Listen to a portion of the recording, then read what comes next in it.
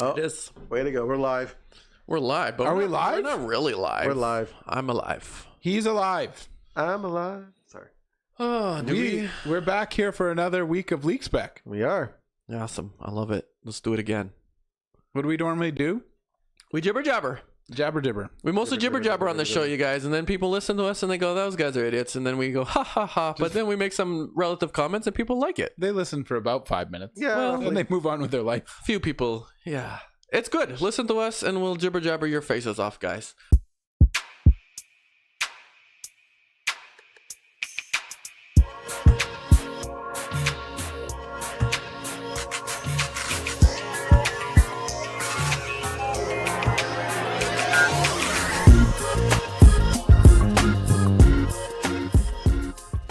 I want to jibber jabber about a goal that happened. Oh, yeah, you heard about this, right? Something special happened in the NHL. Do you know what it is, Michael Lee? Oh, yes. I wonder what that could be. I'll tell you. Oh, what happened? You should yell it at us. You guys Yeah. probably don't know this, but there's a player one goal away from being the second person on the all-time, the first person to be the only person to be twice. What the hell are on, you saying? There's one person who could be on the all-time scorers list in the NHL There it is. twice. Do you know who that is? 2 times. Wayne Gretzky. He just got to get on the ice, score a couple Oh, more goals. yeah, he could do He that. can take the lead. He could. Yeah, and be the could get second it person right on back. that list. Yeah, he could get it right back. Yeah. That's not exactly how people tell that story, but that's how I'm telling it. It's far more convoluted and interesting that was way. an absolutely baffling way of explaining that. Yeah. How's that guy, right? So anyways, Yeah. Michael Lee is going to explain it better. Yeah. Who did The it and normal what way. happened? So Alexander Ovechkin, number 8 for the Washington Capitals. He got his 895th goal on Sunday against the Islanders, I think it was. Mm-hmm. And I'm not sure if you guys watched it. It was I watched I had- the goal. Me too. I was watching the game on Sunday. It's like I want to see if it's going to happen or not. And I liked how they actually had an entire ceremony in the middle of the game. Right? The whole game stopped. You forgot there was a game going on. Like they're in the middle of the second period. The rest of this game doesn't matter. Pretty much. The Y'all missed important whole thing now. has happened. Yeah. So it was pretty cool to see him hit that number. As I hit that goal. And Wayne Gretzky was there, and Commissioner was there as well too. Nobody likes him. And everybody booed him when he came onto the ice. That Kind of happens, yeah. But yeah, no, it was pretty cool stat line to see that, and congrats to him. And they say he might even hit 900 this season because I mean he's almost already there as it is, and there's still like 4 games left. So It'll be interesting to see where the new record ends. ends up, yeah, exactly, When Ovechkin calls it a career. yeah. Probably got a year or 2 left. in I'd him. say so. Yeah, he's 39, I think, this year. They said so. I mean, He could play those Yarmer Yager years, and He then could. he'd be there for a little longer. Really rack up that get to that 1,000 record. and be done. Yeah. Wow. Well, So- that was pretty cool to watch. Yeah, it was pretty sweet. And the whole You- run up to it was exciting. You know Yeah. what's also an interesting statistic? Nobody Since says statistics are interesting. math nerds. But since I don't know, it's like a 20-year career or whatever for that Ovechkin on the Caps, right? I think so. He has somewhere between 18 to 19% of the overall goals in that time that he's been on the team. If you think about that. I believe it. So nearly Yeah. 1/5 of all of the goals scored in the duration that he's been there for the last 20 years or so were scored by him. Well, how many other players have been on the team for that? That Whole long time. Yeah. Yeah, that's kind of true. The rest of the team's like been changed out. Yeah, There's exactly. one guy is like always there. Yeah. And always scoring. Well, that's what he does, and he does it well. And he's paid Very well to well. do it. Oh, good Lord, is he ever? Mm-hmm, So, good for him. What else was interesting this week, you guys? The stock markets died, and then died again, and then died some more, and now they're still dying. That's okay. Stop at the dead already. It has to do that once in a while. It might be overrated, you know? Well, I mean, there could be some overreaction happening, but the situation, Overreaction. the There's never any situation of that. is a little bit much. I just stopped opening my my financial app. I'm not going to look at it. Yeah, you're not selling anytime soon, are you? No, Buy, though. long term. Yeah, Buy like I did. Just buy. Everything's on sale. It was a pretty big sale. much. I loved it. Steep discounts. Yeah. Just Never a better time, guys. never get some bank stocks or something. or whatever you want. It is a good time. Yeah. Everything was on sale. That's what I did this weekend. Fire sale. And Friday, if you're like Thursday. all those average Canadians that have all that extra cash lying around, just pump it right in there. Yeah. Some people do. Yeah, not many. And some people prepared for it. And that's what happened. People are freaking out about this stock market crash. Is that legitimate to freak out about something like that? I mean, I think it depends on if you have. I mean, yeah. If you've got money in there, if you've got investments in there, you're going to start freaking out. But you it happens can all the freak time. out, but you shouldn't freak out and sell. Yeah. No, don't freak out and sell. Yeah, no. Unless it was like the time that you were needing to cash out, that would be a problem. Not financial advice. I'm by no means an expert, but if you're panicking over this, you probably shouldn't be selling. Just saying. Yeah. Yeah, that's true. It'll bounce back. Just give it time. Why has it got to crash like this, you guys? Because some guy decided to put tariffs on the entire everything. world. Yep. Oh, yeah? Who did that? I wonder. I think that he does not like penguins. Yeah, I also think guessing that too. Speaking of the entire world, he has literally tariffed a penguin island. Yep. Well, He did. Michael, bring up that story and show us what you mean, because I heard about it a little bit, and I was like a little baffled. I just didn't know what they were talking about, but it's true. Show us. Nowhere show is you. safe. Absolutely nowhere is safe because Mr. Trump wants to basically take over everything. So these islands, I believe they're territories of Australia. McDonald Island and Heard and McDonald Islands. They contain basically nothing other than Show the picture of what don't show inhabits that guy. there. Yeah, we don't want to see Trump. We want to see this picture. this. People think at first this is a beach. That's not a beach. That's a few 100,000 penguins, and that's who lives there. So that's who has been tariffed. Yep. Was there a trade imbalance with them? I presumably so. I don't understand what happened here, you guys. Well, here's what happened. The penguins, Yeah. they started making a lot of stuff. Oh.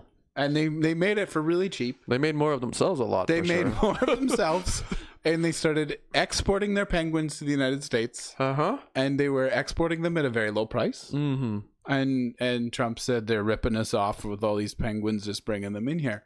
Is this just some ridiculous mistake that they made? I don't know what happened here. Like, did the whoever was making the tariff list just not pay attention? Was it like similar to when the liberals in this country just banned a whole bunch of guns and coffee and crypto or whatever it was? And anything with gun in the name, yeah. Yeah. So the popular consensus, though unproven, seems to be that they essentially asked an AI to build a tariff list for them. And then they just went with what it produced. And for those who are not aware, AIs are pretty good at being wrong and making up a lot of stupid crap right now. Especially on Instagram, but some of it is entertaining. Yeah. Unless you see anything about Josh, then it's probably true. How rude. Yeah. That's hilarious. Yeah, I saw that on the list and I was like, I know where that is. It's like basically, I didn't know it was actually part of Australia, but I knew it was basically Antarctica. Apparently that no one's been there for like 10 years. Really? According to that article. I mean, it could be inaccurate, but there's all those penguins paying tariffs. That's unfortunate for them, I guess. They might they'll have to cut down on their purchases. Cut down on their population too. Well, stop exporting cheap penguins. Like when we were reviewing this information, I said, why don't I just go over there and have some of those Antarctic chickens?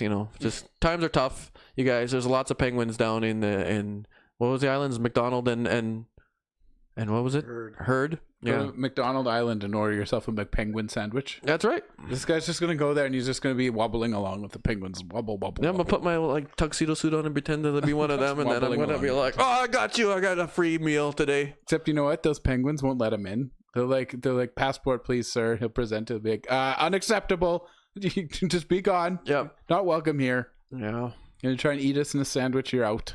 Well, on the note of Adam's favorite topic, tariffs. Did it affect anybody else besides the darn Antarctic penguins? It's affected one or two people around the world. Yes. But mostly the Americans who are paying that tariff. Right. Well, tariffs are a tax, and Americans are paying taxes now on a bunch of crap that they didn't used to pay taxes on.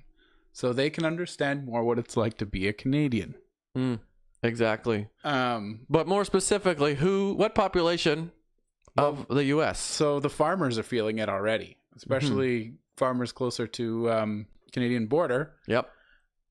Because they have to buy a lot of stuff from Canada that they just can't get in the U.S., like potash, or some people say potash.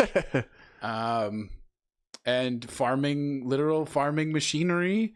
Lots of it's produced in Canada. And fertilizer. Yeah. Right? Like there's so much stuff that has to be purchased in Canada for them. And they're just paying a huge tariff on it. So and at the same time they're fighting tariff wars. So when they produce their product and have to sell it and export it, other countries will be paying tariff on their product, so they'll buy less of it. So they're stuck in a situation that, let's be honest, was very foreseeable.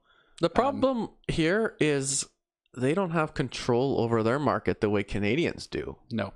So these costs are going to get passed off to the end user, or in this case, the end consumer, because they are just going to make it more expensive, and U.S. farmers can sell their product for more. So if they're paying more, they're going to if that drag consumer is an American consumer, they're just going to have to pay way more for the product.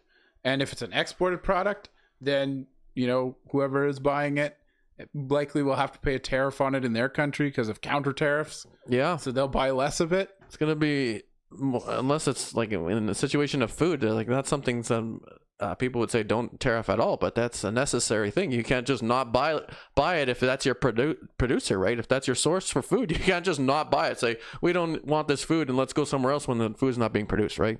So you're just going to pay more. Yeah, that's what it ends up being. And that's just the tip of the iceberg. I think like we're seeing more and more industries that are affected by this now. But I mean, this one's going to be big. People are going to feel this fast. Like, when they go to the grocery store, they're going to be like, "What the hell happened here? Why is this apple costs like $10, whatever?" It's going to be not good. It's not a good time for American consumers. Well, it's a little bit better and brighter for the Canadians, despite what the Prime Minister of this country would have you believe. Oh, you can't say that. It's bad for Liberal polls. Yeah, well, they can make up those polls, but they can. The Canadians did not have to pay these additional fees, like as long as it is part of whatever we're calling that free trade agreement. I think here we call it CUSMA. I don't like the name. It's weird. It's just USMCA, as they call it in the US. Whatever. As long as it's compliant with that, no tariffs. Yeah. 0%.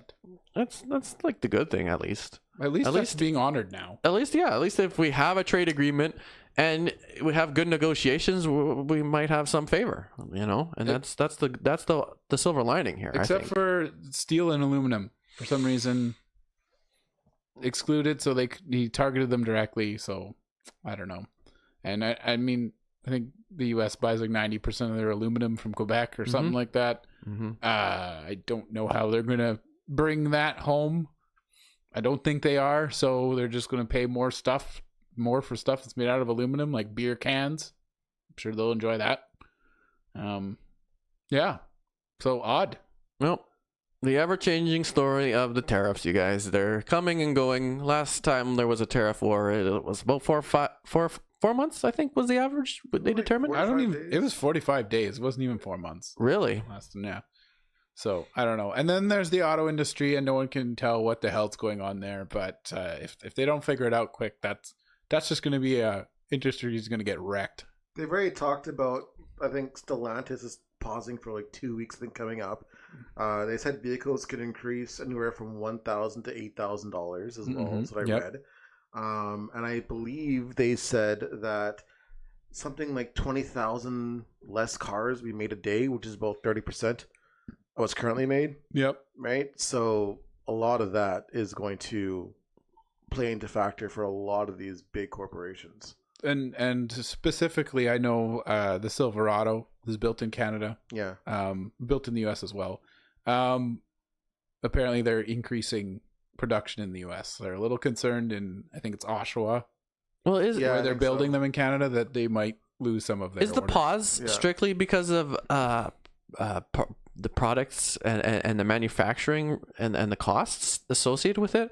Or is it more further looking into the economic realities of having more expensive items in general and realizing that they probably will need to just produce less, because if everything is costing more, then people are not going to have the buying power to buy as many new vehicles. Well, there's more to it as well.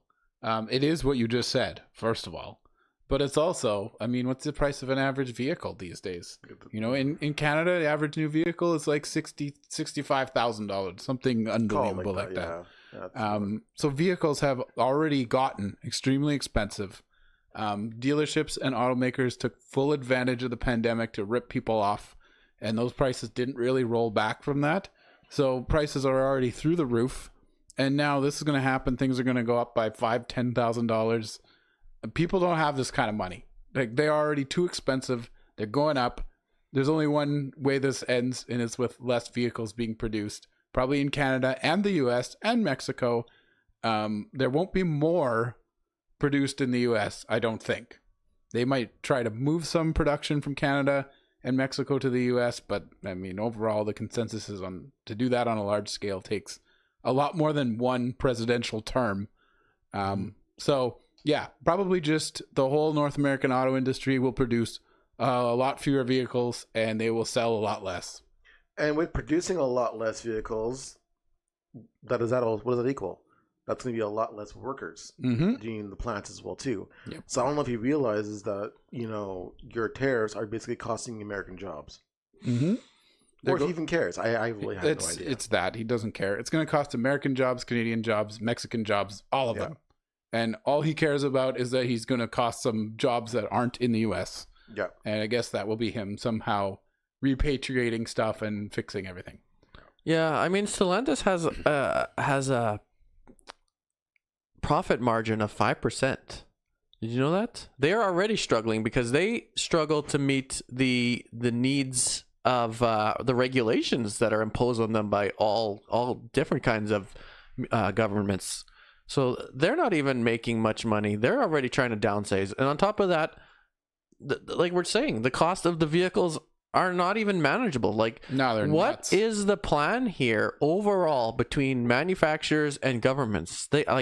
It's just different people's, governments and manufacturers and whatever, trying to figure out how to make a profit and yet making a product that really isn't even viable for the average person. So, I mean, the goal here, I think, or if there's not a goal, at the end of the day, it's going to be a matter of we don't even have a product that Canadians or any peoples can own because they're too much money. They'll just wreck the whole industry in North America. And like regulations are already ruining the profits of places like Stellantis, right?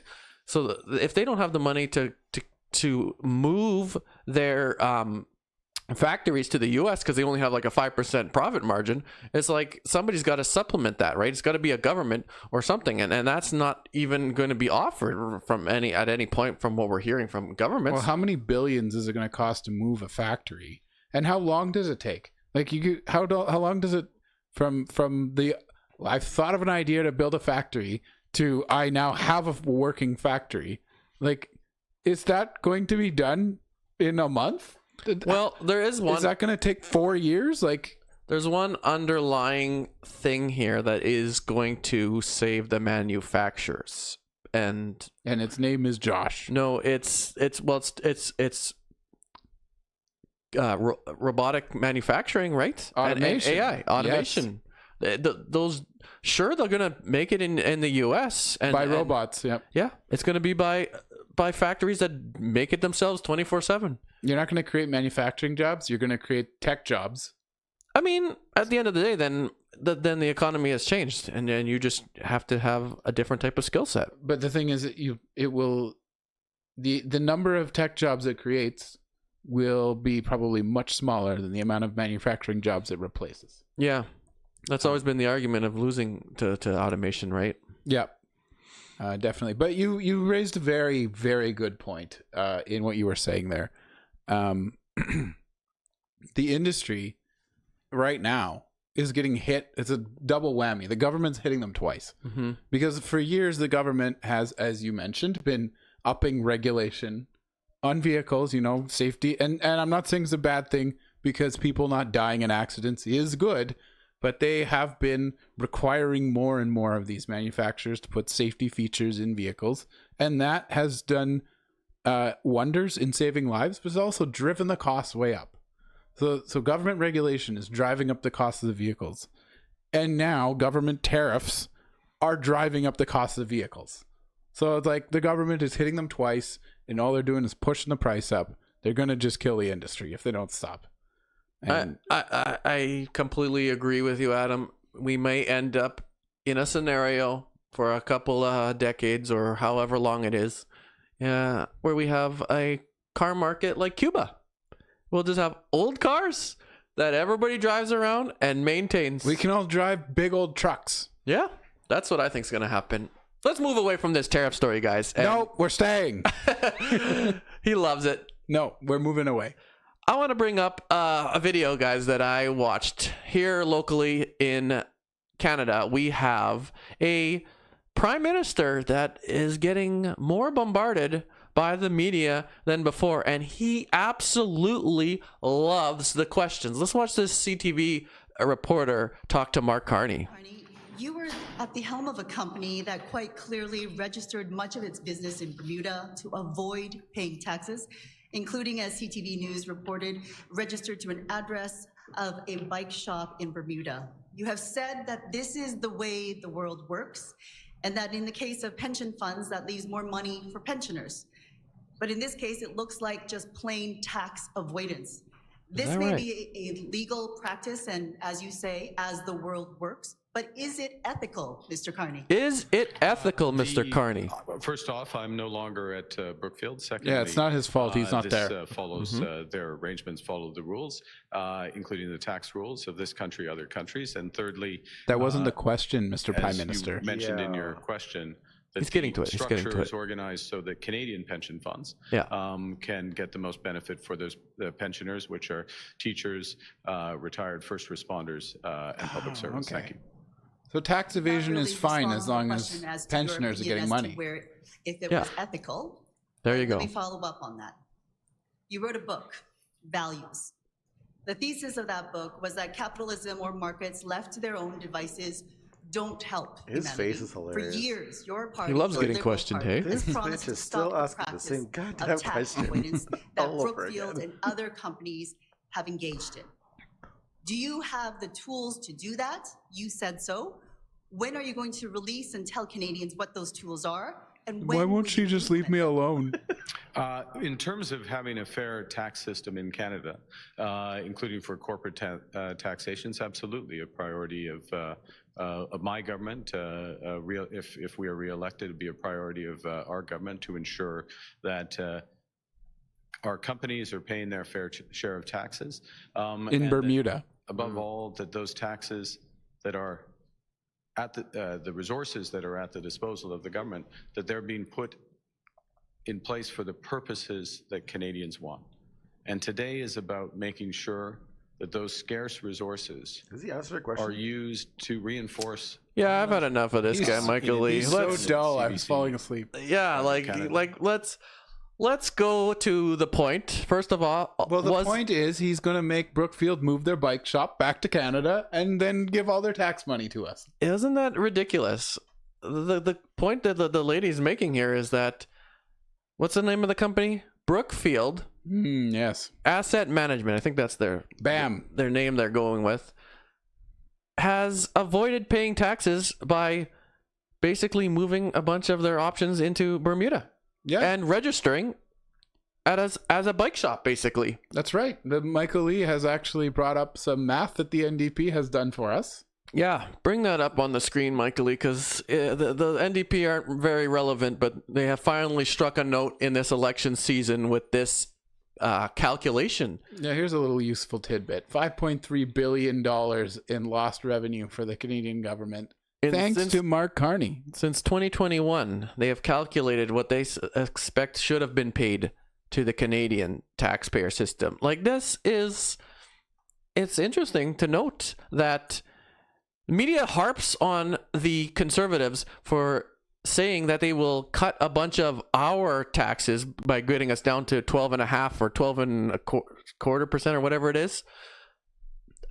But they say, how are you going to pay for that? How are you going to pay for that? That may be so many billions of dollars each year that we're losing out. We should keep paying our taxes so they can keep avoiding it. Yeah, this is the point I'm making. First of all, if we can afford more, we'll spend more, right? Mm-hmm. And we will pay more taxes because that's how we work. Yeah. But on the same note, maybe making sure that corporations like this actually have to pay the taxes would pay for a significant part of it, because we're looking at annual figures here that are like that are at least close to $1 billion, if not like over $1 billion some years. So what? Look at this. I like this. 2 days ago, CTV reported that most of Brookfield's core operations associated with $50 billion of their business were registered in Bermuda, building housing a bike shop. Shop. I know. That is just nuts. You know what? This guy's going to tell us how taxes work. Well, he certainly knows how to make them not work. I wanted to bring up another point here, because obviously it's no surprise that big rich billionaires and millionaires, or whatever he is, this Mark Carney. We don't know because he won't tell us. Yeah. That's the point I want to make here. There was a story by lefties in the US, and probably a lot of Canadians joined suit because they were getting mad at Donald Trump a long time ago when he was to be elected, because they wanted to know what his taxes were. And what did he do, Josh? They said, show us your tax receipts or whatever it was, right? Show us your reports so we can see Donald Trump's taxes and see if he pays his fair share. The lefties went on and on about it. I don't care what your opinion is on that scenario. The thing here is, now we have a lefty who hasn't necessarily paid their taxes, and I don't hear the lefties making the same big deal because a millionaire or billionaire, whatever he is, has avoided paying the taxes. It's just hypocrisy, and I have come to expect that from most of the liberals I see these days. What do you guys think on that? Well, he's their savior.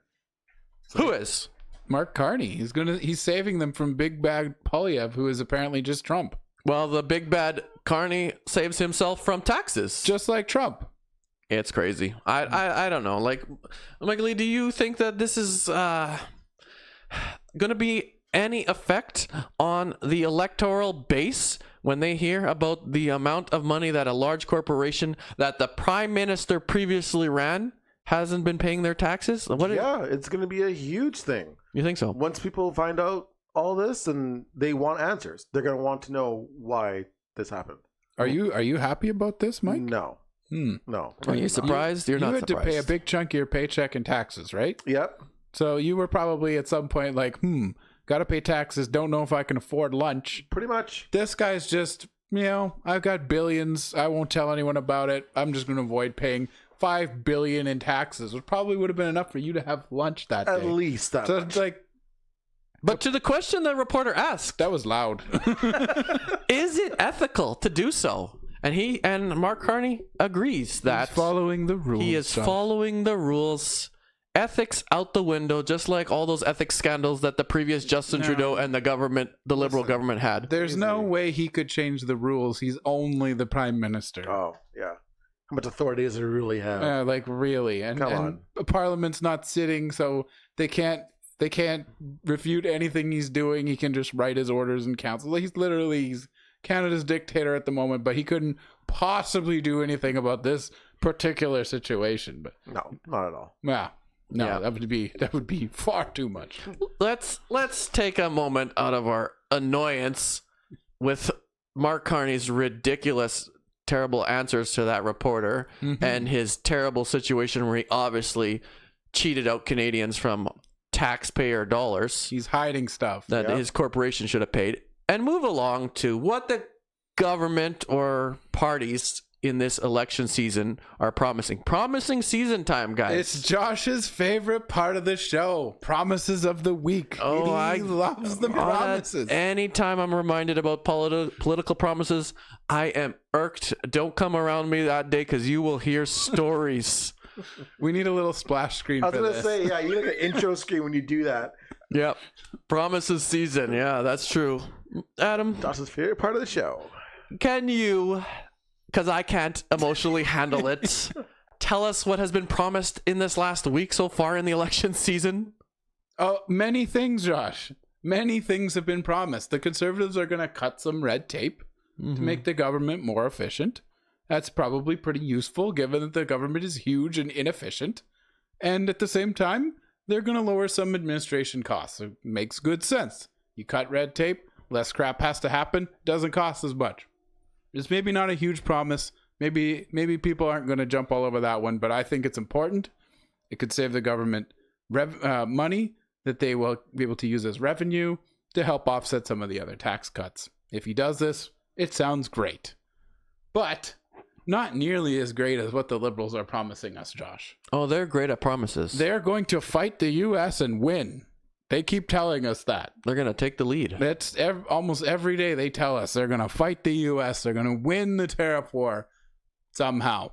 And in the process of doing that, they're going to rip off the Conservative campaign some more. Yep. And how they're going to do that this particular week is they are going to restore the federal apprenticeship grant that they allowed to expire on March 31st. I'm glad you said it. They could have just not allowed that to expire, but they did. So now they can promise to bring it back. Sure, great. Conservatives already said they're going to do that like 2 weeks ago. So old news, copying the Conservatives again, still uncreative, no real platform. That's great. But they also told us Ford will keep building vehicles in Oakville. So, and are they? Well, apparently they are because the Prime Minister said so. Yeah. And he wouldn't tell a lie. Till Ford goes the Stellantis route and shuts down for a little while. Yeah, well, I mean, just because they said they're going to do that doesn't mean they have to. And as soon as it affects the bottom line, they won't. Because that's how that works. And that third tier party? All Canadians will have a family doctor by 2030. Cool idea. They have no chance of winning, so they can say whatever they want. Yeah, the NDP has promised us some doctors. That would be great. Honestly, it's a good promise. It'd be great if it could be done. They say things, but in general NDP fashion, implementing it is their problem. They just do not do it. Taxes. They just say and they make promises and they get me all worked up. I was paying attention to the housing promises that the Liberals and the Conservatives had made previously and how that could actually affect Canadians. It would be great for that to actually bring down the cost of housing and bring up the actual ownership of houses for Canadians, because I was talking to a lady today and she was just upset. She's in her 60s now, and she was saying to me she is upset that young Canadians will not be able to own a house. She was talking about her first house being like $75,000 to $80,000 at an 11% rate. Wow. Yeah. I mean, that's just not feasible for anybody anymore. You can barely buy a car for that now. And the fact here that the government in power could have maintained a program that helps to get the people that can build these houses. They just let that program lapse. Yeah, it's fine. And then made us a simple promise that they will bring it in. It's like, what is the deal that Canadians would trust a Liberal government in control of this situation doing exactly in live time the opposite of what they say they are going to do? Like they're either incompetent or they're just straight up gaslighting liars. Can it be both? It can be both. It is both. I don't know what to say about this, you guys. Polling is suggesting a lot of different things. Maybe the election is neck and neck. Maybe the Liberals are still up. I don't really know. Michael Lee, as the in the room average guy who knows. I think he's above average. Well, sometimes we say that, yes. But in terms of politics, he gives us the common man. I haven't said it in a while. The common Canadian view. Do you think, Michael Lee, numbers are going to change more recently or slowly as people start to learn what's happening in this election for the next, I think it's going to be the next approximately 3 weeks? Yeah, it's the 28th, I believe. 28th, yep. Yeah. I think as time goes on and people start to realize what's happening in the election and actually start to listen to what the constituents are saying, the numbers are going to start to change, I think. And they're probably less reacting to just what Donald Trump in the U.S. is doing to us, because it seems one thing that the polling has suggested that the more Donald Trump is not in the news, the more closer the election or the election numbers look to be between the two parties. It seems to be that when Donald Trump is mentioned and things are negative, everyone's like, rally around the prime minister. He's our only hope. Like, I don't get it. And like Mike is saying, probably as people start to realize the actual meat and potatoes of the promises here that are happening and the realities, people are going to pay attention. Even Nick Nanos in his Nanosphere polling has suggested that up to about 72 hours towards the date of the election is when Canadians will truly make up their minds on who they're voting for. So he probably just left himself a little bit of an out as to why his polling numbers will just be so wrong. Let us hope. Yeah. I don't know what to say, you guys. Well, on that note, Michael Lee, thank these lovely people for listening to us for so long. Yeah, well, we appreciate you guys sticking with us this long. And if you liked the video, please drop a comment below and like and share with your friends. And share it onto all your media pages and help get the word out there and help get the League Spec name out there. We appreciate you guys. Thank you. Thank you. Thanks.